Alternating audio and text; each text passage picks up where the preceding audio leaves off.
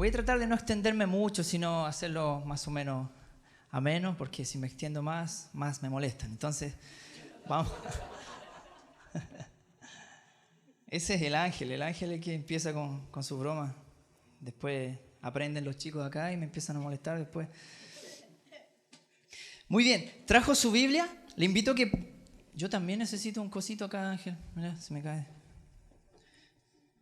Hoy por ti, mañana por mí. ¿Sí?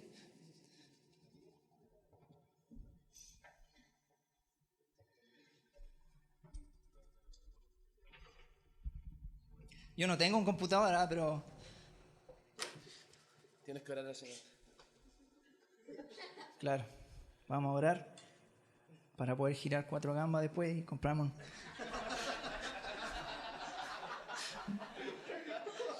No.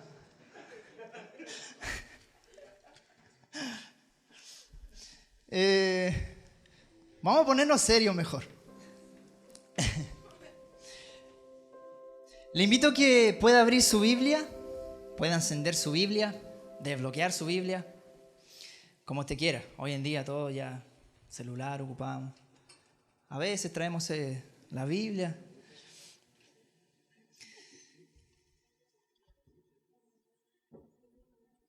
Le invito a que pueda buscar el libro de Ageo. Sí, eso está en la Biblia. Ageo. Entre Génesis y Apocalipsis. Puede encontrarlo para que le sea más fácil. Ageo capítulo 1, versículo 4. Si ya lo tiene listo, yo le invito a que, así mismo como está sentadito, vamos a darle lectura. Vamos a tratar de darle un poquito más de tiempo a aquellos que no lo han encontrado. Ageo capítulo 1, versículo 4. Vamos a ver algo muy interesante que de seguro va a ser de mucha bendición para nosotros. ¿Lo encontraron? El Cris lo encontró nada más. Va a tener que compartir con los demás. ¿Lo encontraron los demás? Ageo capítulo 1, verso 4.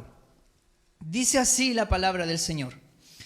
¿Es para vosotros tiempo, para vosotros de habitar en vuestras casas artesonadas, y esta casa está desierta? Y esa es toda la lectura. Después vamos a seguir leyendo. Vamos a hacer esto un poco más dinámico. Como Ángel también tuvo que explicar cuando estaba leyendo los capítulos, es necesario explicar para que podamos entender y podamos ubicarnos en tiempo y espacio y podamos ver todo lo que quiere decirnos la palabra de Dios. Pero hay una enseñanza muy grande en este libro de Ageo. ¿Cuántos habían leído Ageo? Que levanten su mano. Los pastores, muy bien, que el Señor bendiga a los pastores. El libro de Ageo muchas veces no es muy llamativo porque nosotros decimos, ¿para qué lo voy a leer? No me va a decir nada. ¿Qué me puede decir? Me conformo con el Salmo y un proverbio por ahí para que me vaya bien. Y si me siento mal voy a leer el Nuevo Testamento para ver qué es lo que hizo Jesús. Y vemos que Jesús le pegaron y después puso la otra mejilla. Entonces vamos a aprender algo muy necesario en este momento. Delante se me olvidó, me decía Katy, no dijiste, el evento se llama Ya no vivo yo, ¿verdad? Ahí está. Qué bonito eso, ¿verdad? Yo lo hice. No, ¿de verdad? No, lo hizo mi esposa Katy, le quedó chévere. ¿Por qué no le da un aplauso?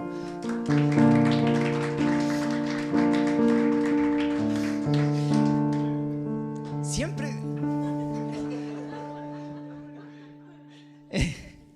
Entonces, se me olvidó. Hemos estado trabajando arduamente para este día y con el trajín de ir y volver y hacer muchas cosas. Muchas veces se nos olvidan las cosas. Pero Gálatas 2:20, que hizo mención también Ángel delante, nos enseña algo muy poderoso. Y a mí, generalmente en todas mis áreas, el apóstol Pablo me enseña muchas cosas. Y he entendido que el apóstol Pablo no ha dicho, ya no vivo yo, mas Cristo vive en mí, en su alegría. no lo ha dicho, sino lo ha dicho en su agonía, en su angustia, en su tristeza. El apóstol Pablo muchas veces fue azotado, y también 3 veces fue azotado con varas. Muchas veces apiedrado, náufrago, perdido, peligro de animales, peligros en el camino, en el desierto, peligros de hermanos. Y en esos peligros el apóstol Pablo decía: ya no vivo yo, mas Cristo vive en mí. Porque el ya no vivir para nosotros y vivir para Cristo no lo define nuestra buena situación que estemos pasando. No define nuestra buena situación que estemos pasando lo mucho que podamos amar a Dios. El apóstol Pablo me dice muy claramente que cuando él estaba angustiado, triste, en persecución, más amaba a Dios y más se gozaba en sus debilidades. Y ahí yo puedo entender qué clase de enseñanza me está dando la Biblia. Y la Biblia nos enseña a nosotros que es necesario morir para que Cristo crezca, lo que dijo también el apóstol. Es necesario que nosotros podamos, esta expresión, ya no vivo yo, sino que Cristo vive en mí, es dejar de nosotros tomar decisiones. Dejar de nosotros poder decir: bueno, yo tomo esta decisión y quiero hacer esto y quiero hacer esto otro. Es decirle a Dios que Él pueda decirnos qué es lo correcto y qué es no es lo correcto. Es así lo que define la palabra: ya no vivo yo, sino que Cristo vive en mí. Y para que Cristo viva en nosotros es necesario que nosotros menguemos, desaparezcamos totalmente. Esto siempre yo lo explico. No puede nosotros estar gobernando y estar gobernando Cristo. Es necesario que uno mengue para que el otro crezca. No puede estar la balanza equilibrada. Tiene que Cristo estar arriba y nosotros bien abajo, para que Él pueda morar y pueda gobernar sobre nuestras vidas. Entonces acabamos de leer Ageo capítulo 1 versículo 4, que lo voy a volver a leer. Dice: ¿es para vosotros tiempo, para vosotros de habitar en vuestras casas artesonadas? Y esta casa está desierta. Este libro fue escrito más o menos en el año 520 a.C. Y Ageo fue también contemporáneo del Zacarías, el libro que viene a continuación. Entonces, la enseñanza de estos capítulos, que son muy cortitos, que uno de los profetas menores, es que Ageo buscaba desafiar al pueblo de Dios para que Dios sea su prioridad y no las demás cosas. Esa es toda la enseñanza que se basa el capítulo 1 y el capítulo 2. Y muchas veces nosotros leemos y no entendemos nada, pero si empezamos a tomarle el sentido, vamos entendiendo que lo único que quería Dios es que el pueblo de Dios se acercara aún más a Él. Eso es lo único que quería Jehová de los ejércitos. Entonces esta es la enseñanza que estamos leyendo. Y lo primero que dice: ¿es para vosotros tiempo, para vosotros de habitar en vuestras casas artesonadas? Y esta casa está desierta. Hay un mandato de parte de Dios, que Dios llama al pueblo, a su pueblo, y le dice: hey, yo necesito que me hagan templo, yo necesito que me hagan casa, yo necesito que ustedes dejen las cosas que están haciendo y puedan hacerme un templo, porque ahí yo voy a poner mi voluntad y voy a ser glorificado. Eso es lo que quería Jehová. Pero el pueblo era un pueblo cabezón. El pueblo de Dios era un pueblo bien cabezón. En pocas palabras, era un pueblo desobediente, un pueblo dejado, un pueblo que Dios le decía: yo necesito que hagas esto y que hagas esto otro, y el pueblo de Dios hacía lo contrario. ¿Cuántos desobedientes sabemos acá?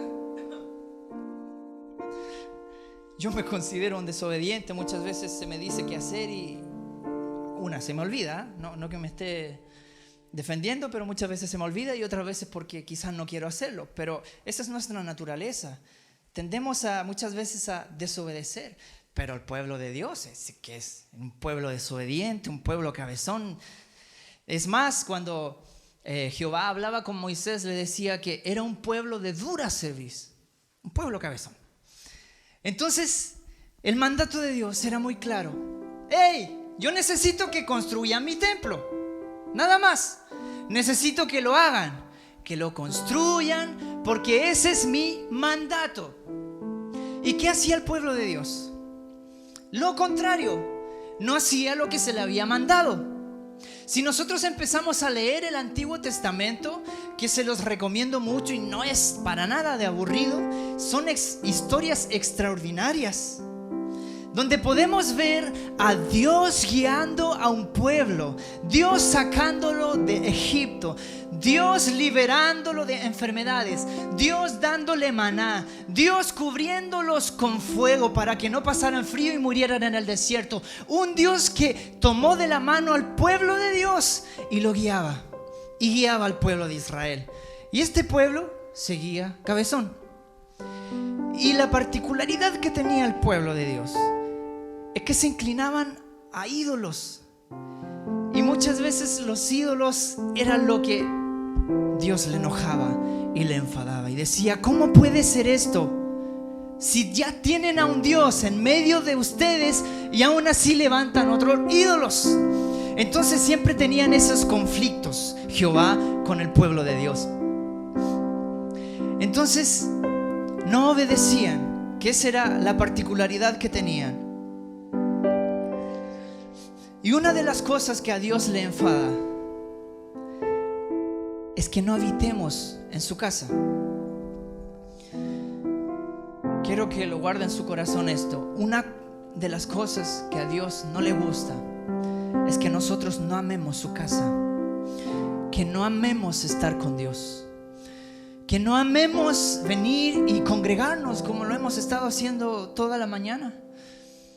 Una de las cosas que a Dios no le gusta es cuando nosotros muchas veces preferimos quedarnos en la casa, preferimos quedarnos viendo televisión, preferimos quedarnos haciendo muchas otras cosas porque nosotros decimos, es que tengo que hacerlo sí o sí porque después nadie lo va a hacer por mí.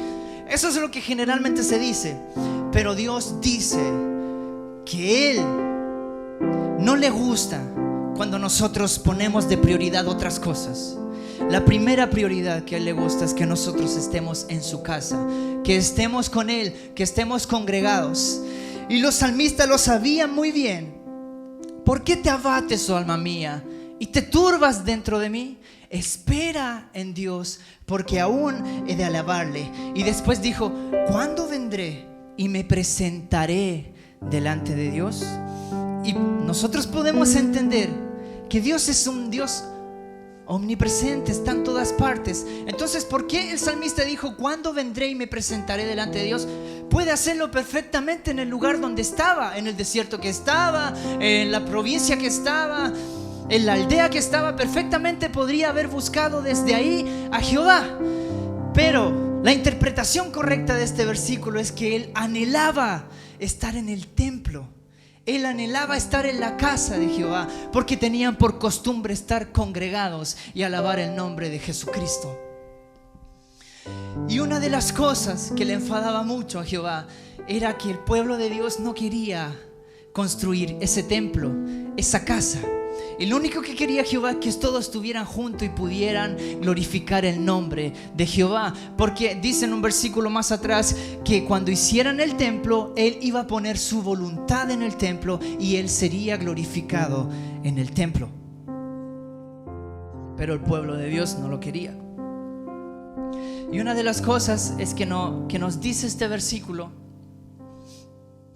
es que nosotros tenemos que dejar nuestras prioridades de lado y amar más las cosas de Dios. Lo que nos enseña el versículo y lo primero que nos dice, sus casas están artesonadas. ¿Qué le estaba diciendo Jehová al pueblo de Dios? Oye, está bonita tu casa, con terraza, con plantitas, con cerchas decorativas y pino oregón, la mejor madera, y estaba hermosa la casa, terrazas, perritos, animales por aquí, por allá. Eso le estaba diciendo Jehová. Ustedes se preocupan más de que estén pintaditas sus casas, de que estén con madera nueva, de que estén renovadas. Se preocupan más de eso que de construirme una casa. Esa era la molestia que tenía Jehová. porque Él ya había dado el mandato que necesitaba que se le construyera casa, se le reedificara una casa, el templo para Jehová. Pero nuevamente los cabezones no hicieron caso. Y no hicieron caso. Dice la palabra de Dios, el versículo 6: sembráis mucho y recogéis poco, coméis y no os saciáis, bebéis y no os quedáis satisfechos, os vestís y no os calentáis, y el que trabaja a jornal recibe su jornal en saco roto. Este versículo dice algo muy importante. Yo quiero que tú puedas entender. Ya nosotros hemos entendido que el llamado del profeta Ageo en este capítulo es para que ellos simplemente reconstruyan el templo. Eso era todo lo que quería y todo lo que se basa estos versículos: reconstruir el templo, reedificar el templo. Pero hay un momento donde Jehová les dice al pueblo: hey, ustedes siembran mucho, pero cosechan poco. Se visten, pero no se calientan. También comen mucho y no están satisfechos. Beben mucho y tampoco se sacian. Y después dice: y los que van a trabajar reciben el sueldo en un saco roto y no se les hace nada todo lo que hacen. Pero Jehová en este versículo lo que está diciendo, le estaba haciendo un guiño al pueblo de Dios.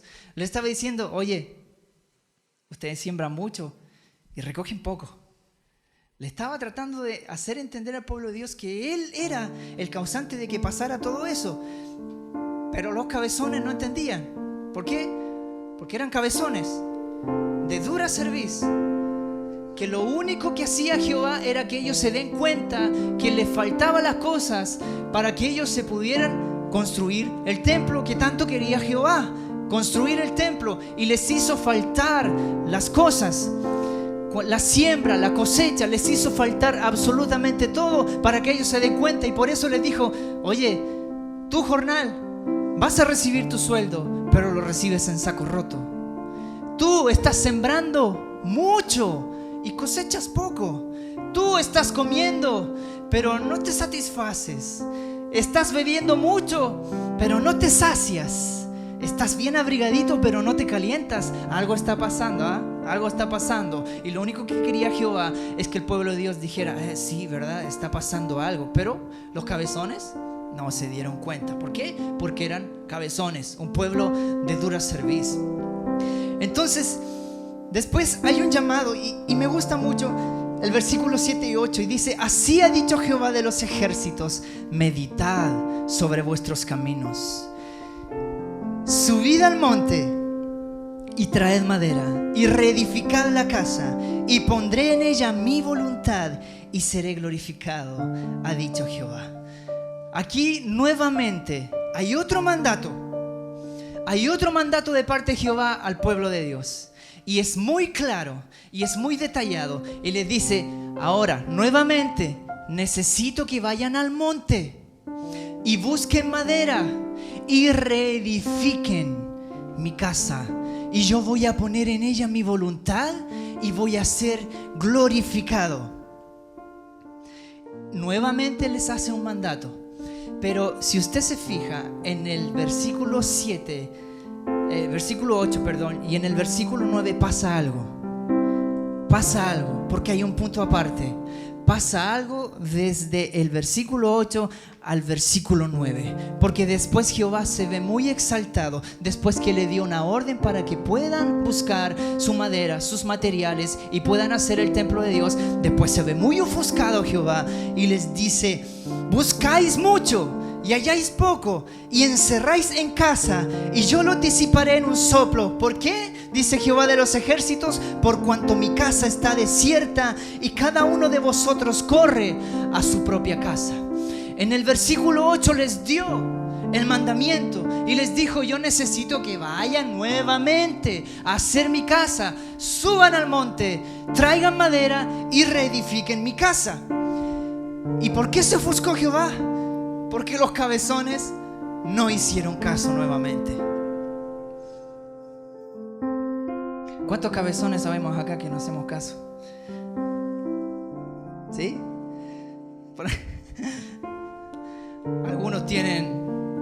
algunos son cabezones físicamente. Se cayó la palabra de Dios, rompió hasta el suelo. Es que esta Biblia tiene mucha revelación. Mentira. ¿En qué estaba?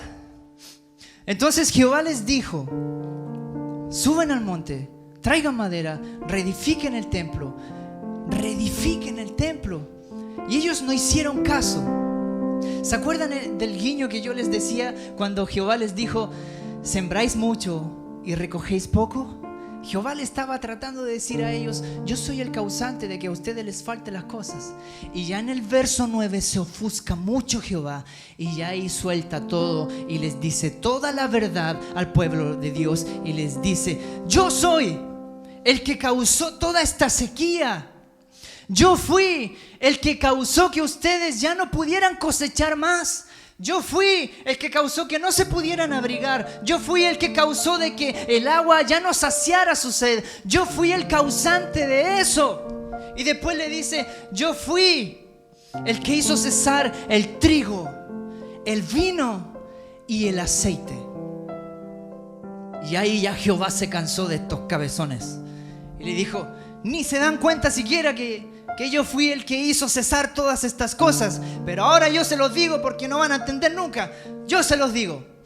Y les dijo: hice cesar todas las cosas para que ustedes, por su culpa, dice la Nueva Traducción Internacional, por su culpa pasaron estas cosas, porque no hicieron el templo de Dios. Era un mandato tan sencillo, no hacer el templo de Dios. Por eso hice que todas las cosas faltaran, pero ustedes no se dieron cuenta.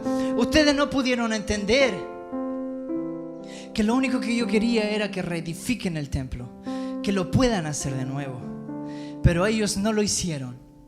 Entonces Jehová cortó el trigo, el vino y el aceite.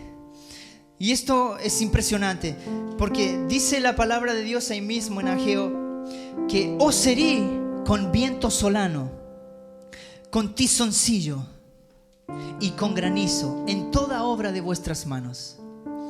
Y el viento solano es el que nace del sol y daña las frutas, las verduras y el viñedo. Ahí está el causante de que se acabara el vino. El tizoncillo es un parásito, un hongo, y daña el trigo. Ahí está el causante de que se acabara el trigo. Y después el granizo, que causa daño considerablemente en toda la siembra. Y ahí está el aceite. ¿Se da cuenta?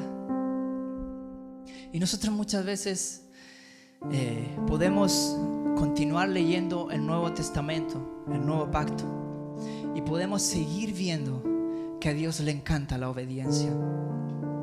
A Dios le encanta la obediencia. Y si está esta gran enseñanza en Ageo de cuántas veces Jehová les dijo al pueblo de Dios: reedifiquen el templo, cabezones, háganme caso, reedifiquen el templo. Y ellos no lo hacían. Ellos no lo tomaban en cuenta. ¿Por qué? Porque se iban a sus trabajos, se iban a sus casas, decoraban sus casas, enchulaban sus casas, hacían que sus casas estén artesonaditas, como dice el versículo, que estén bien amobladas. Se preocupaban más de su casa, se preocupaban más de su trabajo y tener dinero en el bolsillo. Y eso no le gustaba a Dios. No le gustaba, porque como ellos tenían tendencia a inclinarse a otros dioses, eso también servía para que el dinero, el trabajo y sus casas funcionara de dioses para ellos. Y esta es la misma enseñanza para estos tiempos. Dios no le gusta que nosotros tengamos otros dioses. No le gusta que nos enamoremos de nuestra casa. No le gusta que nos enamoremos de las cosas que nosotros queremos hacer. A Dios le gusta que nos enamoremos de lo que Él quiere, de lo que Él quiere, de estar en su casa, de aprender de Él, exaltar y alabar su nombre. Bienaventurados los que habitan en tu casa perpetuamente te alabarán. Eso es lo que le agrada a Dios, eso es lo que le fascina a Dios, que nosotros podamos hacer que nuestro corazón, nuestro espíritu, nuestro cuerpo pueda estar en este lugar, pero podamos estar conscientes de que Dios se agrada.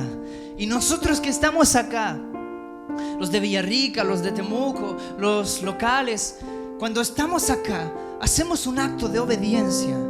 Hacemos un acto de obediencia que a Dios le agrada mucho. A Dios le fascina, a Dios le encanta cuando nosotros estamos acá. A Dios le gusta que nosotros estemos acá, porque es edificar el templo, es edificarnos los unos con los otros. Y Jehová le encanta porque su nombre es glorificado, no nosotros. Porque cuando su nombre es glorificado, ya se hace su voluntad y no la nuestra. O sea, ya no vivimos nosotros, sino que vive Él.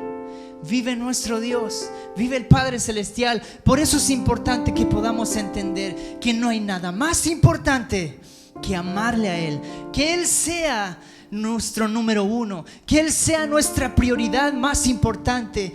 No hay otra cosa que valga más, que podamos amarle de todo corazón y que podamos entender que nuestro trabajo, que podamos entender que todo lo que tenemos, que nuestro hogar, todo lo que poseemos es gracias a Dios.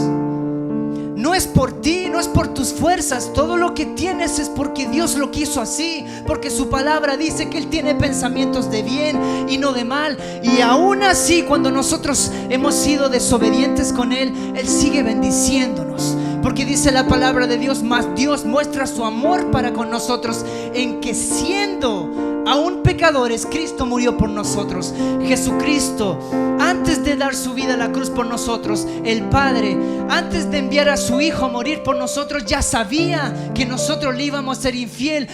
Por eso dice: aún siendo pecadores, Cristo murió por nosotros. Y esa aún actúa en tiempo pasado, presente y futuro, porque mañana, pasado mañana, este año que viene, seguiremos fallando al Señor, pero Él seguirá abrazándonos con abrazos de amor. Pero lo importante es que Él nos está llamando. Él nos está llamando. Él nos llama constantemente y nos dice: yo necesito que reedifiques mi casa. Hay un capítulo importante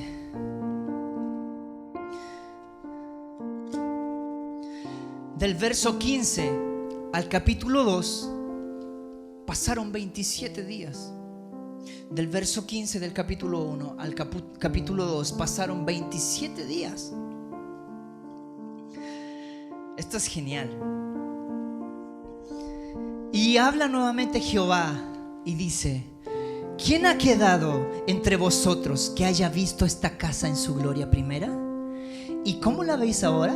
¿No es ella como nada delante de vuestros ojos? Quiero contarte primero que había un templo antiguo que fue construido por Salomón. Ese templo, hasta hoy día han querido reconstruirlo y hacerlo a la imagen y semejanza del templo de Salomón, pero no han podido y tampoco van a poder. Ese primer templo fue destruido por los babilónicos. Entonces, por eso Jehová llamaba a reedificar el templo. Y el profeta Ageo, esa era la labor que tenía con el pueblo de Dios. Esa era la labor que tenía, y les decía al pueblo: reedifiquen el templo. ¿Por qué? Porque el pueblo de Dios en este momento y en este versículo que estamos leyendo está en las cenizas del templo antiguo, del templo de Salomón. Ahí estaban parados, en las cenizas del templo de Salomón. Y Jehová dice algo interesante, les dice: ¿quién ha quedado entre vosotros que haya visto esta casa en su gloria primera? ¿Y cómo la veis ahora? ¿No es ella como nada delante de vuestros ojos? El templo de Salomón. Y si tú te pones a leer la historia, te vas a dar cuenta que el templo de Salomón era el templo de Salomón, cubierto por oro fino, las partes interiores donde estaba el arca, los querubines cubierto por oro fino, el cielo con oro fino, las puertas, el piso, oro finísimo, oro finísimo. Entonces Jehová llama a los ancianos y dice: ¿alguien ha quedado de los que están aquí que hayan visto el templo antiguo? Y de seguro salieron algunos ancianitos. Sí, yo vi el templo antiguo y era genialísimo, era genialísimo. ¿Eso es lo que quieres construir de verdad? ¿Eso es lo que quieres volver a reedificar? Ellos se preguntaban. Entonces Jehová les dice: bueno, están pisando sobre las cenizas del templo antiguo. ¿No es el templo este como nada delante de vuestros ojos? Le dice ahora. ¿No es como nada? El templo de Salomón en toda su magnificencia era un templo que en los días de hoy jamás se va a poder reedificar otra vez. Entonces el pueblo de Dios, podemos entender ahora, ese era el problema que tenía. Porque los ancianos que llamó Jehová y le dijo: ¿ha quedado alguien de los antiguos que haya visto el templo en su primera gloria, en su gloria primera? Y ahí salieron los ancianos y ellos habían visto el templo. Pero ¿qué es lo que pasa? Los ancianos le decían a los jóvenes: ¿sabes qué? Va a ser imposible que podamos reconstruir un templo con tanta hermosura como el de Salomón. Va a ser totalmente imposible, porque el templo de Salomón, ¿dónde vamos a sacar oro? ¿Dónde vamos a sacar todas esas partes? ¿Dónde vamos a sacar esa arquitectura? Tuvo que ser un arquitecto muy profesional, con muchos años de experiencia para poder hacer todo eso. Es imposible, le decía a los ancianos, a los jóvenes, que podamos hacer un templo de esa envergadura, de todo. Es mucho, no tenemos nada. Yo creo que ese era el miedo que tenían. Por eso no obedecían, por eso se escapaban, por eso no hacían juicio a la palabra de Dios cuando Jehová solo quería que le hicieran el templo. Pero lo importante que dice la palabra de Dios,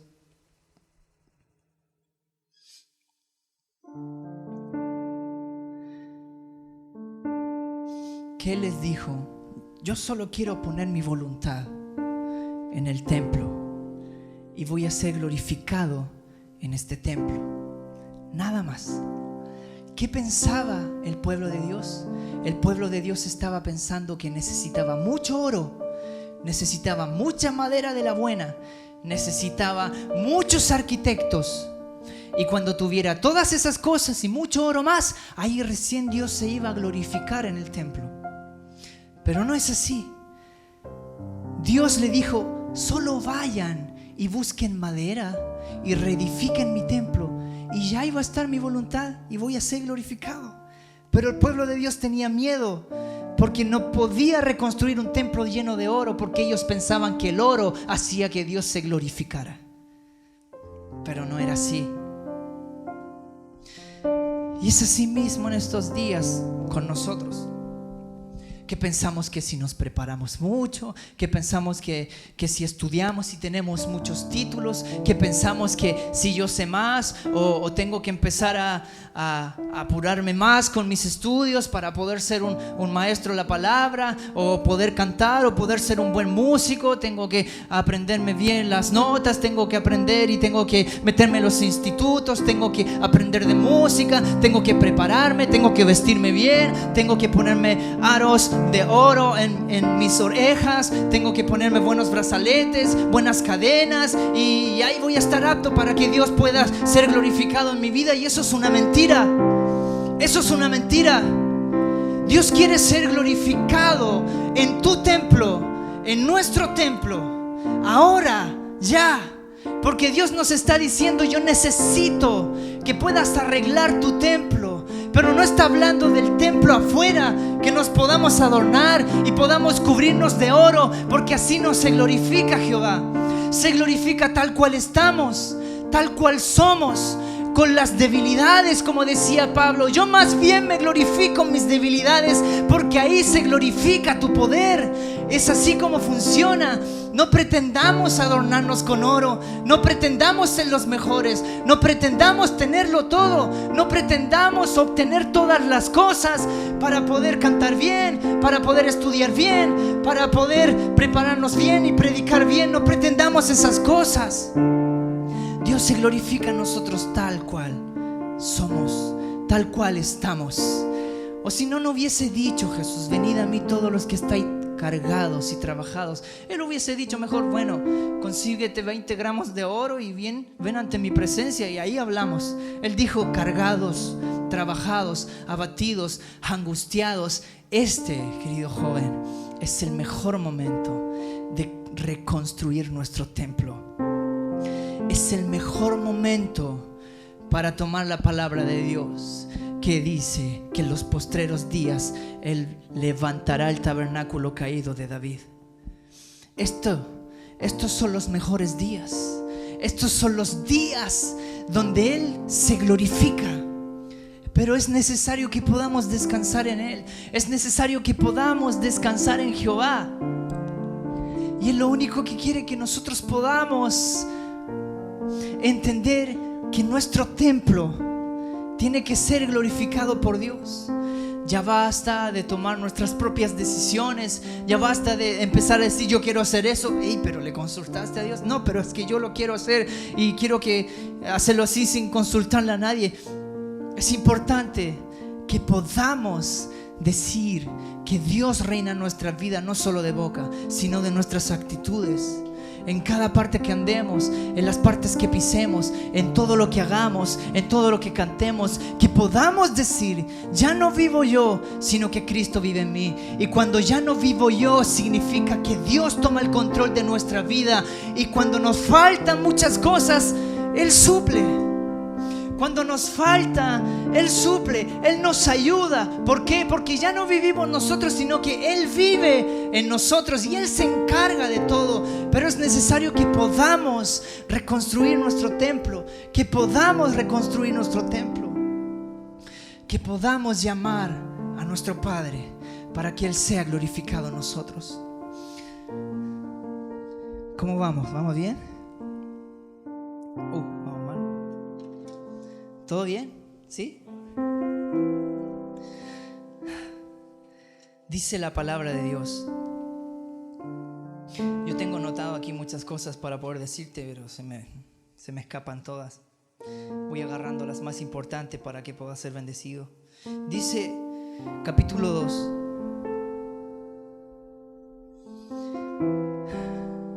Del 5 al 9. Según el pacto que hice con vosotros cuando salisteis de Egipto, así mi espíritu estará en medio de vosotros. No temáis. Y estos versos que vienen son los más conocidos del capítulo de Ageo, y muchos quizás no sabían que estaba en Ageo. Dice: porque así dice Jehová de los ejércitos: de aquí a poco yo haré temblar los cielos y la tierra, el mar y la tierra seca, y haré temblar a todas las naciones, y vendrá el deseado de todas las naciones, y llenaré de gloria esta casa. Ha dicho Jehová de los ejércitos: mía es la plata y mío es el oro, dice Jehová de los ejércitos. La gloria postrera de esta casa será mayor que la primera, ha dicho Jehová de los ejércitos, y daré paz en este lugar, dice Jehová de los ejércitos. ¿Cuántos habían escuchado estos versículos? Son versículos muy importantes. Lo que estamos leyendo, ni se imagina todas las generaciones que traspasaron. Ahora les voy a decir por qué. Pero lo único que le interesaba a Jehová,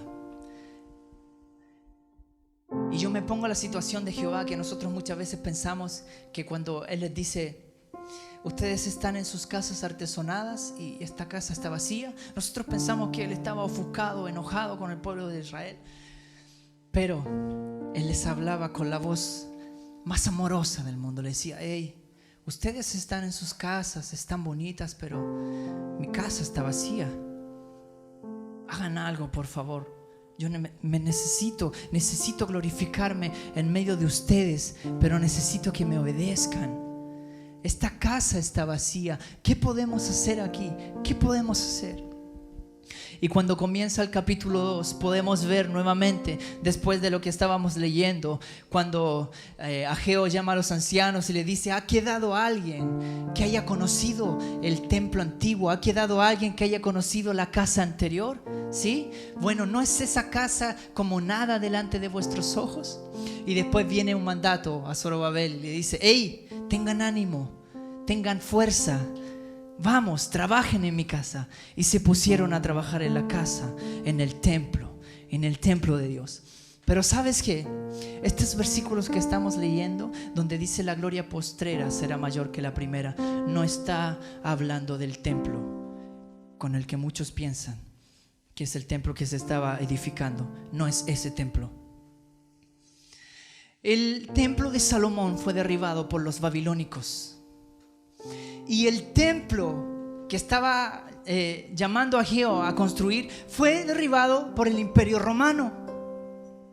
Entonces no cabe que nosotros podamos entender cuando dice: la gloria postrera de esta casa será mayor que la primera. Si hubiese sido su gloria mayor que la primera, ese templo todavía estaría en pie. Pero no es así. Entonces no está hablando de ese templo. Y nuevamente leemos algo fantástico. Y dice: porque así dice Jehová de los ejércitos, de aquí a poco yo haré temblar los cielos y la tierra, y el mar y la tierra seca, y haré temblar a todas las naciones, y vendrá el deseado de todas las naciones, y llenaré de gloria esta casa. Primero habló de un deseado. Por eso yo les digo, esta profecía pasa muchas generaciones y pasa los 400 años que viene después de Malaquías, pasa Zacarías, pasa muchas generaciones y ya estaban hablando de Jesucristo. Ya estaban hablando de Jesucristo.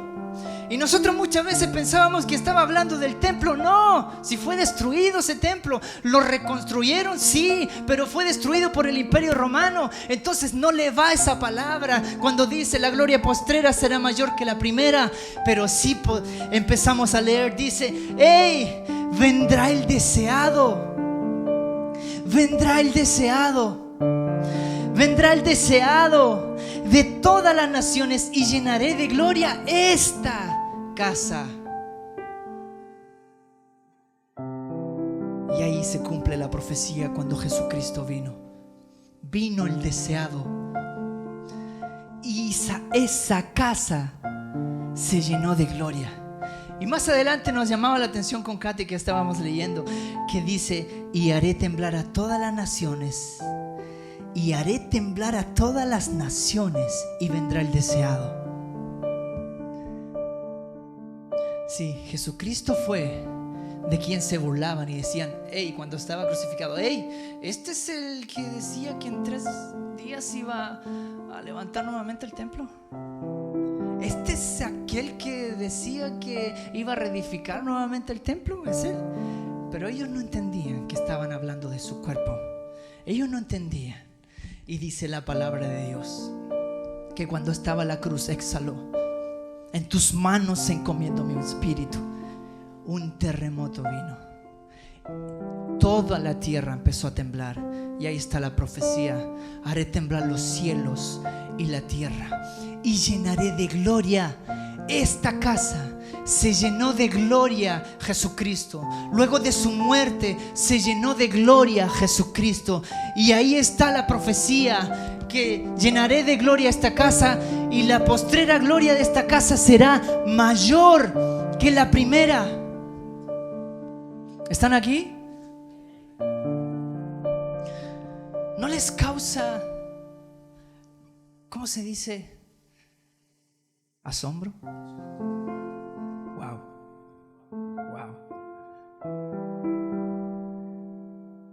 Jesucristo fue el único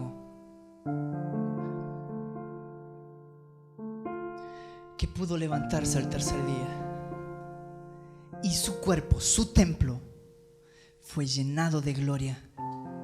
Fue llenado de gloria. Ahora déjame decirte, querido amigo, y con esto estoy terminando,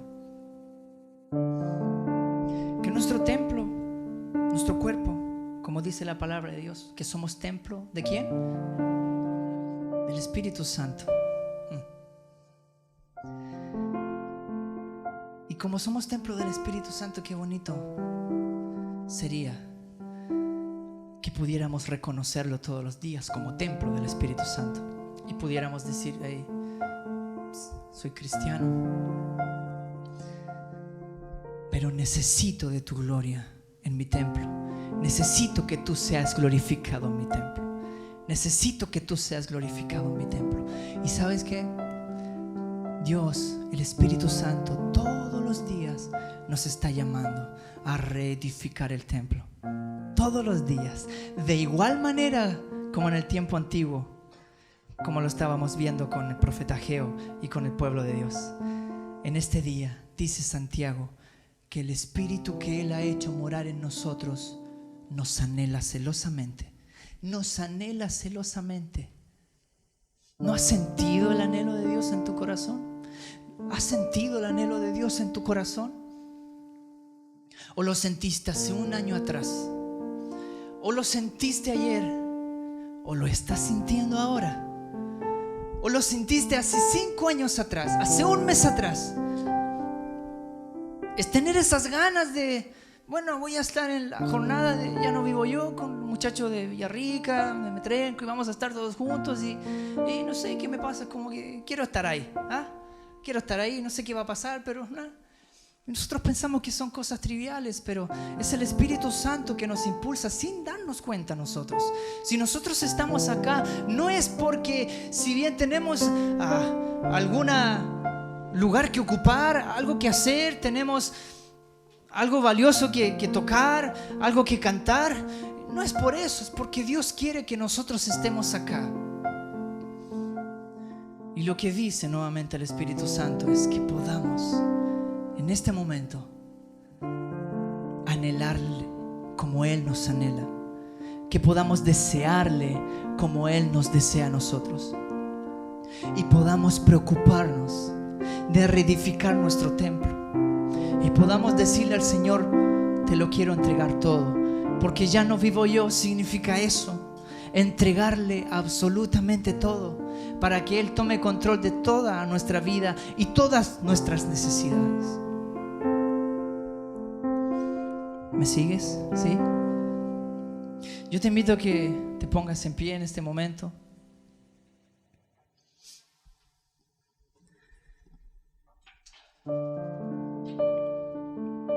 Es así de sencillo muchas veces el llamado que hace Dios.